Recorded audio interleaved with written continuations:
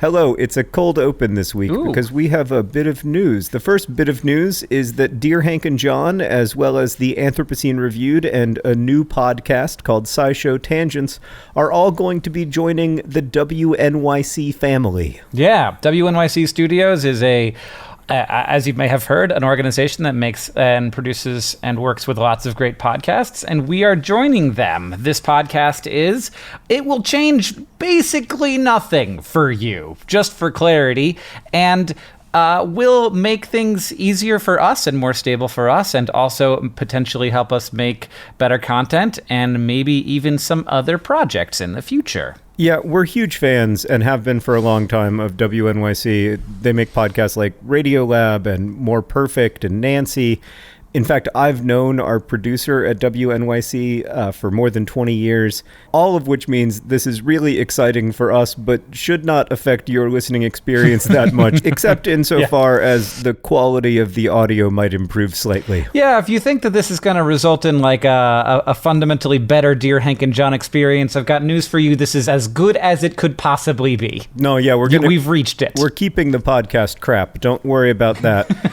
But thank you to all of you who listen every week. It means the world to us. I also want to say that we're going on tour. Hank is going on a longer tour than I'm going on, but I will be with Hank when An Absolutely Remarkable Thing comes out in New York on Tuesday, September 25th. We'll be in Boston on Wednesday, September 26th. John and I will also be in Canton, Ohio, Chicago, Illinois, Kansas City, Missouri, and Indianapolis, Indiana. And then I'm moving on by myself and going to have some special guests in Milwaukee, Wisconsin, Denver, Los Angeles, San Diego, Santa Cruz, and Bellingham, Washington. So if you're in or near any of those places, please come see me. And if you're in Missoula, Montana, I'll probably do a local event too, but it will be separate and not part of this tour. So we hope to see lots of you on tour. Now is the time to get tickets, by the way, because many of the shows are very close to selling out. I am so excited for Hank's book, An Absolutely Remarkable Thing. It comes out on September 25th. It is available for pre-order now. I can only say that for a few more days because soon it will just be available for order. Anyway, let's roll the open.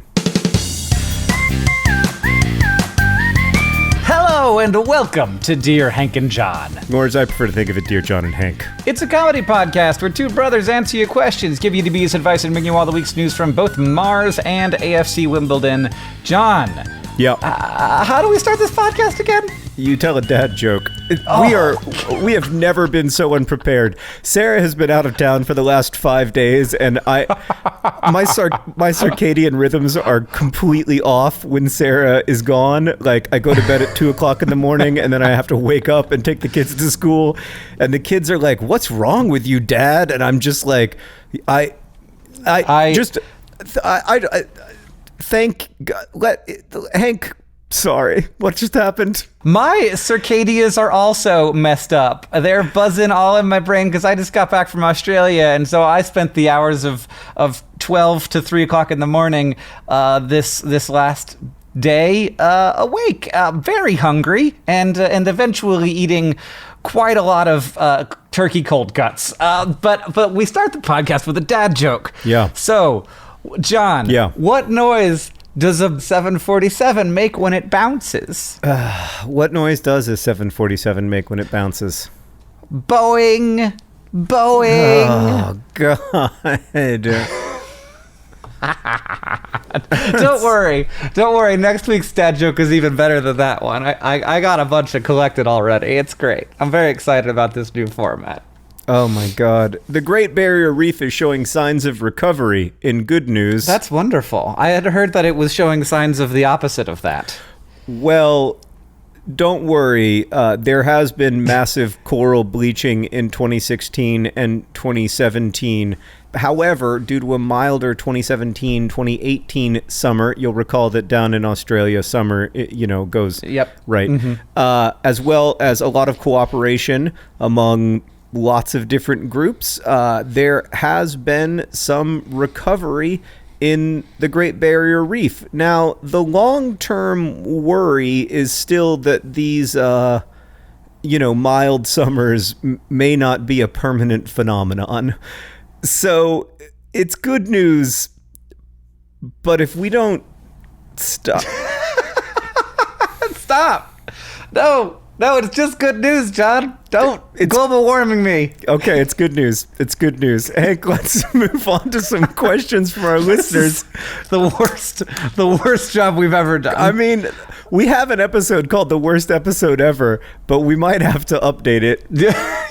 Oh, I didn't know that well, the good news is that we can always do worse. All right, Hank, we're going to answer some questions from our listeners, and we're going to do a good job of it because I just gave you a pep talk that I think Nick probably cut out of the podcast, but it had some curse words in it. It was a profanity-laden halftime team talk where I was like, Hank, we've got to get into the podcast right now.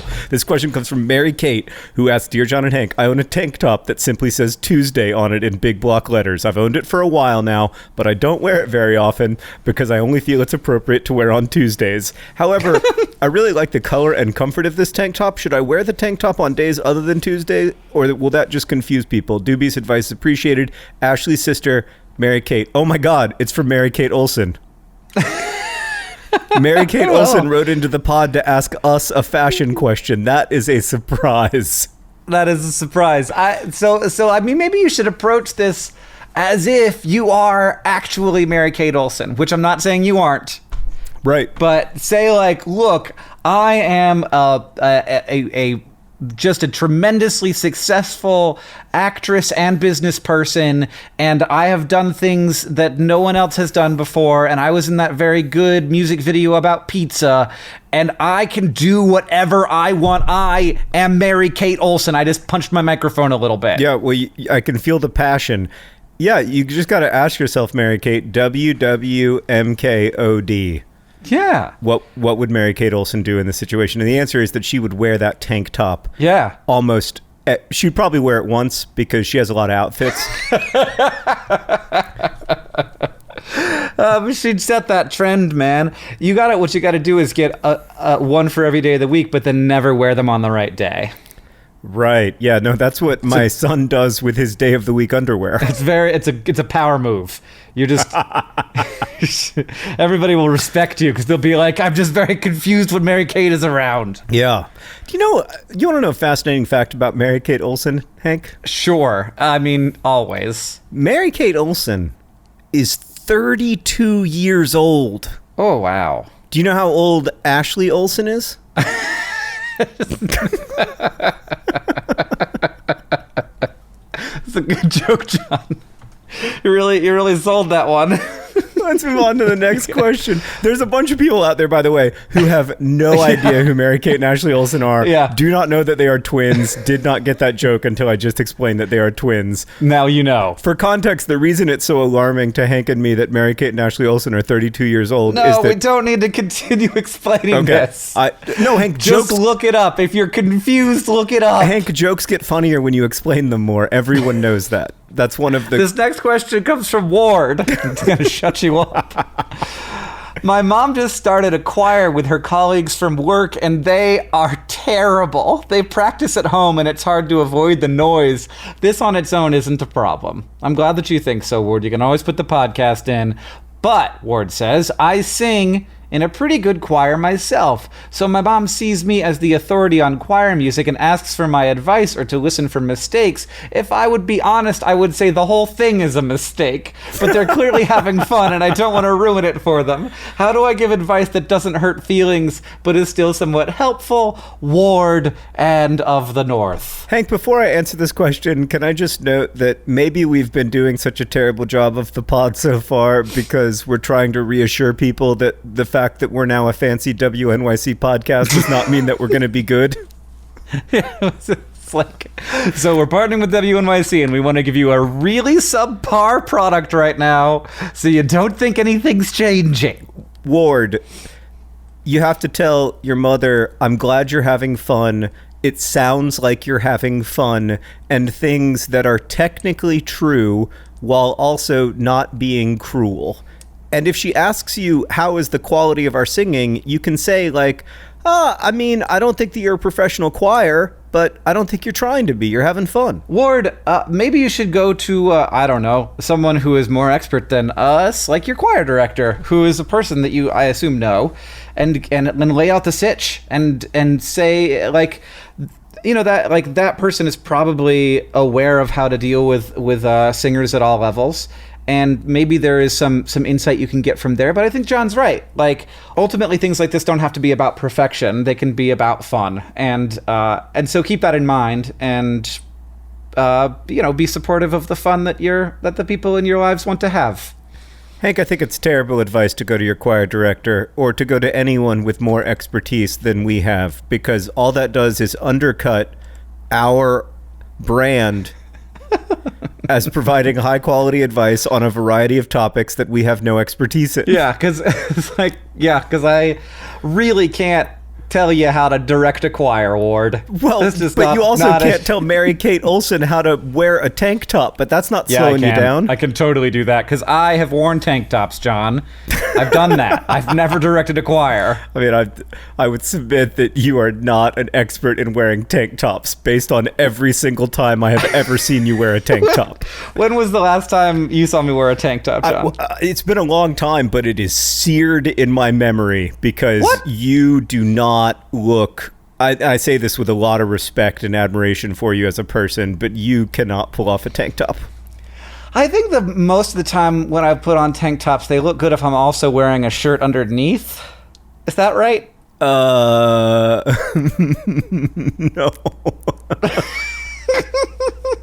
Mary-Kate, whatever Hank said about when to wear your Tuesday tank top, you need to do the opposite. I don't know. It just it kind of tugs the shirt onto you more firmly, and then you've got sort of a real good situation on the top half. Yeah, you wear an undershirt over your regular shirt. That's why they call it an overshirt. I'm doing that every day of tour now. It's my new thing. Oh God, somebody send me some tank tops. Please don't do that. It drives me crazy. Come out on stage and be like, "Hello, my name is Hank. I'm a very serious author, man." Oh. You could tell because of... It's like how Neil Gaiman started wearing leather all the time, and they were like, "Oh, Neil Gaiman is the cool leather guy. He's an author, and he's awesome, and he writes really good books, but also he's cool looking and maybe a little bit I'm a little afraid because he's I don't know, there's some kind of dark vibe going on there, but I'm gonna be the guy in the tank top over the t-shirt, and people are gonna think something about that." Yeah, they'll think something about it. And that's all that matters, John, that people are thinking something about me. It's the only commodity we have left. That is genuinely what an absolutely remarkable thing is about. So I guess it would be on brand. This next question comes from Kelly, who writes, "Dear John and Hank, what is the worst snack you've ever had? I ask because the world needs more cautionary tales on bad snacks. On a road trip, I once had a bag of fish jerky and washed it down with stevia-sweetened root beer. Many regrets." Hey, don't say anything bad about stevia-sweetened root beer, Kelly.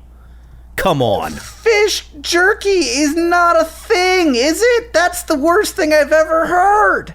You know what I've always think about fish is can we contract the flavor part? I want more of the flavor part. No. Oh my God. No. The worst snack that I've ever had by a very wide margin.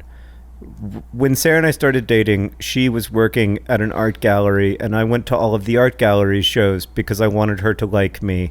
And one of them was a performance piece. I like performance art, the idea of it. I don't like experiencing performance art because a lot of times the artist interacts with the audience, which is the thing that makes me most uncomfortable in the entire world. Mm-hmm. So it's like being at a play where you are told 5 seconds before the play starts that you are in fact an actor in the play.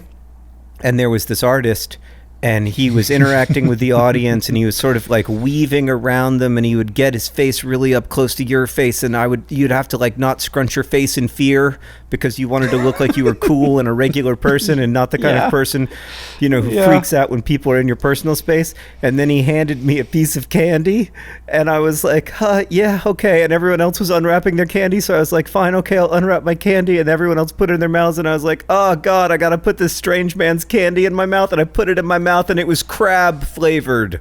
Oh man, I thought it was just going to be regular candy, and it was the worst snack because the strange man put it into your mouth, but it was crab candy too. Candy. It was crab candy. It was crab candy. And I mean, I had to sit there and suck on this crab candy for 12 minutes because I didn't want to be rude and spit it out. Oh, that's the societal pressure is amazing, John. It will make you do anything. There are so many things that we will do because it just seems like it's what's expected of us. And this is the most extreme example I've ever heard of that. Afterwards, the artist was completely normal. And he was just like hanging out, having a glass of wine with me. And he was like, "What'd you think of the candy?" And I was like, yeah, no, I mean, yeah, it was good. Sure. You didn't say it was bad? No, just as I told Ward not to tell his mom that her choir is bad. But the guy didn't make the candy. What's the worst snack you ever had? What's the worst snack I ever had? I don't know. So in these like brief moments before I'm officially sponsored by Metamucil.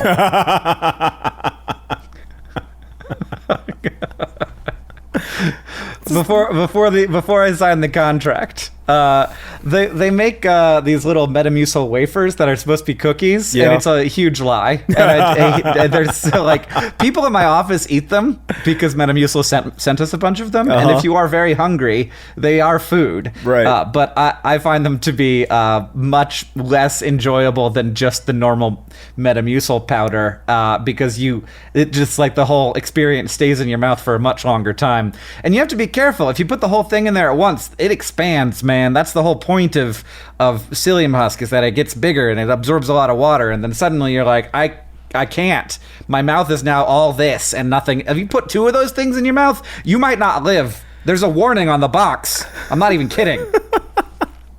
I can't wait till you are in an actual television commercial for this actual product. And you're like, Metamucil wafers, they're delicious. Don't eat 2. Oh man, this is probably not why the worst snack I've ever had, though. John, you also left out the last half of this question. First of all, I looked up fish jerky. It's totally a thing, and it actually looks pretty good. I saw some. I was like, doesn't look bad, and it was $25, and you get free shipping if you pay that much. You better. But I do also have to bring up that the situation was made even less palatable for Kelly by the 100-plus coyote scats baking in the trunk of their car, which they were transporting for thesis research. And also, the NAM-specific sign-off is Cheers, Smelly Kelly. I just didn't want to leave that not in everybody's brains, because I'm happy that it was in mine. I just think that people do such important work, John, and sometimes it means transporting a lot of coyote poop. Can you imagine how unexpected a turn of events it must be for one of those mice that got eaten by that coyote that then got pooped out that then ended up in Kelly's trunk? What? Yeah, and then at a laboratory somewhere. But the good news is that the mouse does not know about this. Well, I mean, we don't know that for sure. It's just watching from mouse heaven being like, what are you doing what now? What an afterlife I'm having. What are you doing now? This is the indignity. All right. Take me to my people's burial grounds. Oh man, imagine a spirit world where mice cannot rest until they've been taken to the right place, you know? The depth of the disrespect. God, I can't tell if this is offensive to religious people, even though I am a religious person. So, all right, Hank, this next question comes from Emily, who writes, Dear John and Hank, I've been in a relationship with someone for almost 10 months now. Hank, do you remember when you counted your relationship by months? Literally, no. No, I do not. I remember, celebrating my 6-month anniversary with Sarah, which now does seem a little ludicrous, but it's great. You should count by months. That's I great. wish we still counted by months. We're in, month 190. It is currently going really well, and I have hopes it may continue for a very long time. Together, we are going to a common friend's wedding in a month. Should I join the rest of the ladies to try to catch the bouquet? My partner and I are nowhere near talking about marriage, and the risk of actually catching it is stressful. On the other hand, I want to participate in the celebration traditions. Advice, especially dubious advice, is appreciated. Pumpkins and Penguins, Emily. John, I've witnessed a lot, a surprising number of bouquet tosses in my time, and I can tell you something about every single one of them. The person who catches that bouquet wanted to catch it. 100%. Nobody ever catches it by accident. Yeah. No, there's been fights. And if it comes down to it, just give it a tip and be like, oh, I didn't get it. You knock it into somebody else's hand. Yeah, Emily, you just line up to be part of the bouquet catching, and then you don't catch the bouquet. I have to say, of the wedding traditions, this is the one that I find the weirdest. And at our own wedding, Sarah was like, I really don't want to do this. And there were other forces in the wedding that were like, you're going to do it. So she did. Yeah. But it's a weird tradition. I don't dislike this one, John. I've seen one. I have been to a lot of weddings where the groom has to put a garter belt onto the bride in front of everyone. Oh, yeah. This is much worse to me. Yeah. And every inch above the knee is a decade of happy marriage or something. And I'm just like, no. Yeah. No. Yeah. There are children here. I'm very uncomfortable. I feel like that one's mostly gone away. Let me propose to you a potential situation, though, in which Emily is not the only one who feels this way and is, in fact, that all of the people feel this way, and thus the bouquet just falls, does a nice little arc, and then just woo, and everybody's sort of jumping up and down, and then it just falls straight to the ground in a circle of people being like, I didn't want it. Nobody wanted it. And that's okay. Let me propose that would be a sort of remarkable and exciting thing to have happen, not embarrassing. It would be very funny, and I think that's fine. Yeah, I mean, let's root for that outcome. Nobody gets the bouquet. Everybody dies alone. or our fate is not decided by a bunch of flowers. And in fact, you can have a completely fulfilling life without romance in your life. So, yeah, lots of reasons to not catch the bouquet. Unless you want to catch it, then do. I'm not here to judge your bouquet strategy. I just think you can line up and choose whether to catch it when the moment comes. This next question comes from Ken, who asks, Dear Hank and John, can I take apples off the ground? There's a house across the street from me that has an apple tree, and there are so many apples that just fall off and sit there. Are they mine now? I think that the tree grows more apples than a person could possibly eat, but I don't know how many people live at that house. Maybe there's an army in there, packed in like a clown car. Apples and aardvarks, Ken. I'm glad you're exploring all the options, Ken. The thing is, Ken, if there is an army inside of this house, yeah, I'd be concerned. You would think that they would be eating the apples. Right. Well, I would think that I am worried that this person is hoarding an army, and so I want to deprive them of resources. Great point, Hank. We need to make sure that there are no well-organized private militias in the United States trying to take over our apple orchards and possibly the rest of our country. That's right. That's right. And why else would you need that many apples? I mean, give me a reason. Justify yourself, apple tree owner. Apple farming? Apple cider making? Or just the apple tree got bigger than they expected?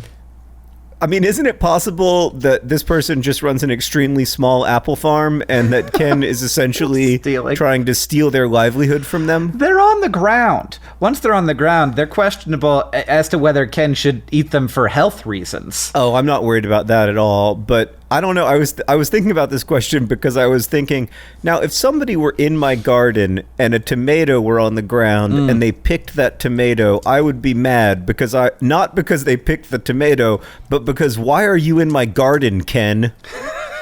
Yeah, but if it falls on the other side of the fence, that's fair game. There is a lot of fruit around in my town right now, and frankly, the town doesn't even let you plant fruit trees in the boulevards anymore because no one picks the fruit and it just sits there and gets stinky, and then the squirrels eat it and they get drunk, and then they are crazy squirrels.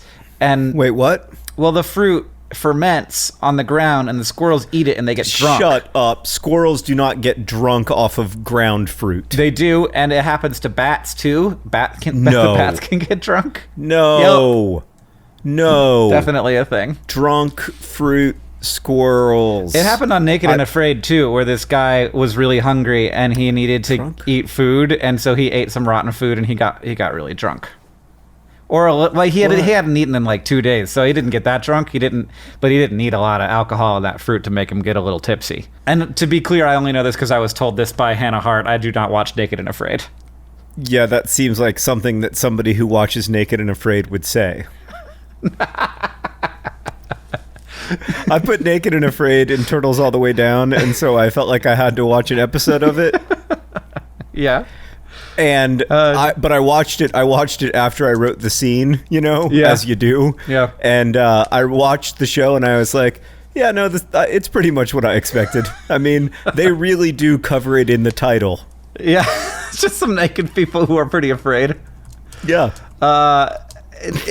Imagine, just pause the Apple question just for a second, Hank, so that we can imagine together the pitch meeting at which Naked and Afraid was created. So you walk into the Discovery Channel and you're like, yeah, we got a few shows we want to pitch you. One is about alligator hunters in New Orleans. It's called Alligator Town. And they're like, Alligator Town. I mean, it sounds good. It's not great. And then you're like, okay, our other show is called Naked and Afraid. And the Discovery Channel people are just like, here is a pile of money. Yeah.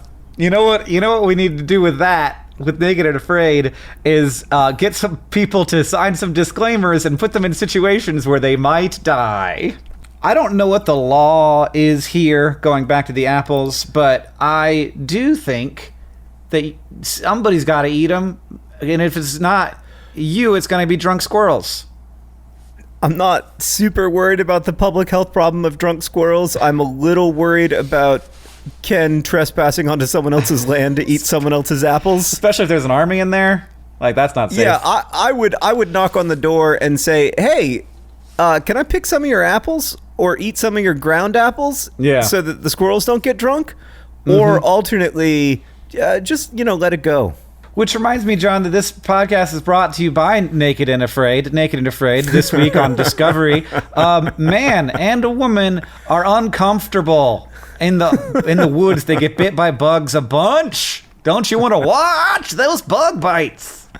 Today's podcast is also brought to you by Crab Candy. Crab Candy, just don't. Just don't. That's not a good snack. This podcast is also brought to you by Tuesday Tank Tops. Tuesday is a brand name of new tank tops that is available from Hank and John Green. You can get them at the Space Store. It's in outer space. You have to get to space. That's why Elon Musk is working so hard, because he wants to get one of those tank tops. Today's podcast is also brought to you by Elon Musk. Elon Musk. You can get a Tesla Model 3. And a spaceship. For only $62,000. Yeah, it's a $35,000 car that costs $62,000. It's the deal of the century. I guess finally this podcast is brought to you by the Mouse Burial Grounds, where the mouse go to be respected after death. I like that you're including that, which forces Nick to put it in the pod. You can't take it out now. This podcast is also brought to you by the Green Brothers Neck Wash, which is not a joke we've made yet. It's a joke we're about to make.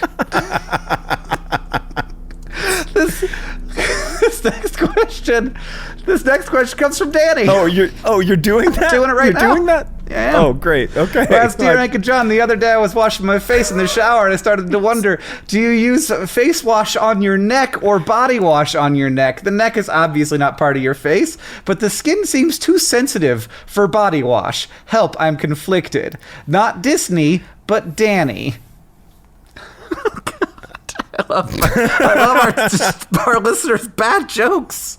So bad. I'm not sure that Hank Boeing Green is in a position to criticize other people's jokes. Hey, I'm going to do a Twitter poll when the podcast comes out, and I'm going to find out what people think about that joke, John. I bet people are going to love it. Yeah, no, I bet. Danny, your neck is... I'm going to be honest with you, Danny. I just use soap on my neck up to what I call the beard line, just above my Adam's apple. And then from there up, I do use face wash. So I don't know if that's the right way, but that's my way. I think that there is a point there. I get sort of like dry, itchy feeling on my neck and back, and like, hey, you do whatever you want. But I do think that like maybe there's a segment of the body that doesn't have a wash yet. But the question is, will we eventually just need a rack in our showers that's like, okay, well, it's time for the face, then it's time for the neck, then I've got my special peck wash, and then this is just for my armpits. Do we need this? Is this where we're headed as a society? No, but I think that's a great example of how like slippery slope arguments work on Twitter, where someone's like, hey, should I use face wash below my chin? And then someone else is like, oh, now everything's falling apart. Soon we'll have toe wash. Great. I mean, yeah, fine. Let's just have foot wash and ankle wash and calf wash and is this even America? Exactly right, John. That is not what I intended to illustrate, but I did illustrate it through my own worrying about whether or not we were going to have washes for everything. All right, Hank, before we get to the all-important news from Mars and AFC Wimbledon, this last question comes from Ashley, who writes, Dear John and Hank, I was just shopping at Marshall's, and while there I acquired an aloe vera plant. I didn't buy it, though. I had an intention of buying it. I even thought I bought it. I got several other things that I did pay for, and I guess the checkout clerk just missed ringing the plant up. What should I do? Did I technically steal the plant? Should I try to go back and pay for it, or should I just think of it as a gift from the universe? Well, it's definitely not a gift from the universe. If anything, it's a gift from Marshall's. P.S. It was $4.99 if that changes anything. It doesn't. Oh, it does. It absolutely changes something, because the thought of driving back to Marshall's, which is going to cost like $3 in gas and add to the world's carbon emissions in order to pay for a $4.99 aloe vera plant, is ludicrous. I mean, but you didn't pay for it though. Okay, you didn't pay for it, Hank, but it was put in your cart and you intended to pay for it, and that's just the way that it went this time. It's just, and other times it will go a different way, and that stuff evens out over a lifetime. And furthermore, let me submit that in a capitalist society, the big corporations do a good enough job extracting stuff out of you. If occasionally you get a bonus for all of that, then take your aloe vera plant and run, because God knows it isn't going to happen very often. I'm gonna say that next time you should take the receipt off the plant, and next time you're at Marshall's, you should buy it. You should buy the plant. I mean, I'd love to hear from Marshall's on this issue, because I think they'd probably be like, yeah, whatever, Ashley. I mean, as long as you're happy and you want to come back to Marshall's at some point, we're good. I bet you're right. I don't know. I have definitely done this before, where I got a free thing from the grocery store and went back and was like, I got this thing for free. Can I pay for it now? I'm actually going to tweet at Marshall's. Hey, so theoretically, if I accidentally stole a plant from you... No, I'm not writing that. That doesn't make any sense. I'm writing, hey, Marshall's, how do you feel about this whole Ashley thing? ? Okay, and then they'll have to do the research themselves? They'll figure it out, Hank. They're Marshall's. For God's sakes, John. Man. They're the 7th largest company in America. All right, John. Well, before we get to the all-important news from Mars and AFC Wimbledon, I have an update on the Twitter poll from last episode where we were talking about doing laundry for someone else. I asked Twitter, I said, hey, if you're doing laundry for someone else, the change in their pants pockets either still belongs to them or belongs to you now. And most people said that the money now belongs to you. I was right. People agree with you. I was right. You were wrong. And Marshall's is very confused about my question about Ashley. Hank. Yeah. What is the news from Mars this week?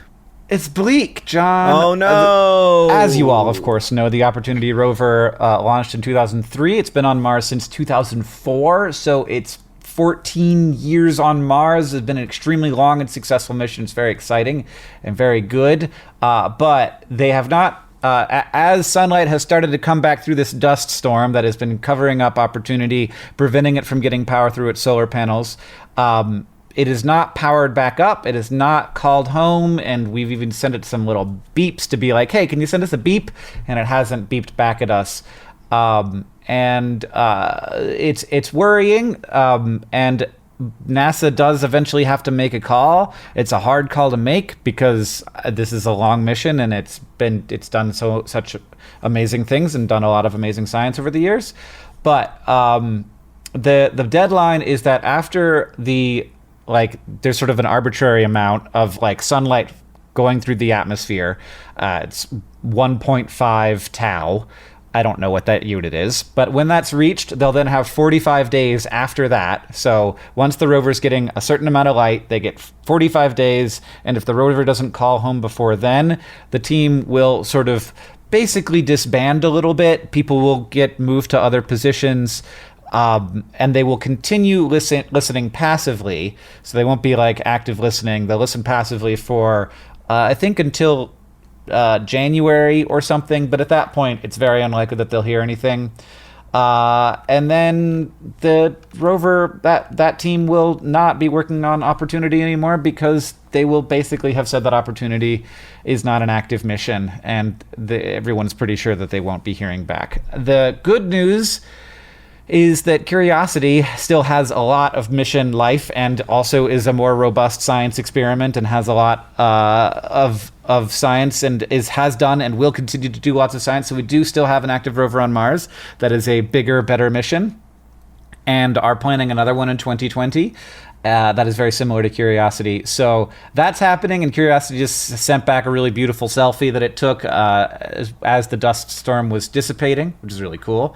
And it's not powered by solar panels. It's powered by radioactive decay and the heat caused by it. So you can't slow this boy down. He's good. Well, I'm still very sad to hear that news, because it has been such an incredible run.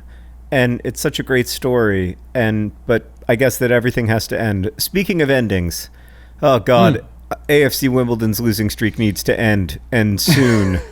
AFC Wimbledon. Didn't you win a game or something? AFC Wimbledon got 4 points from their first 2 games, a win and a draw, and 1 point from their most recent 4 games in League One. It's a very worrisome situation. In several of those games, we played brilliantly, but just didn't get a result. And then after trying that several times, we thought we would try a whole new strategy against Burton, which was to play terribly, and it turned out that also didn't work.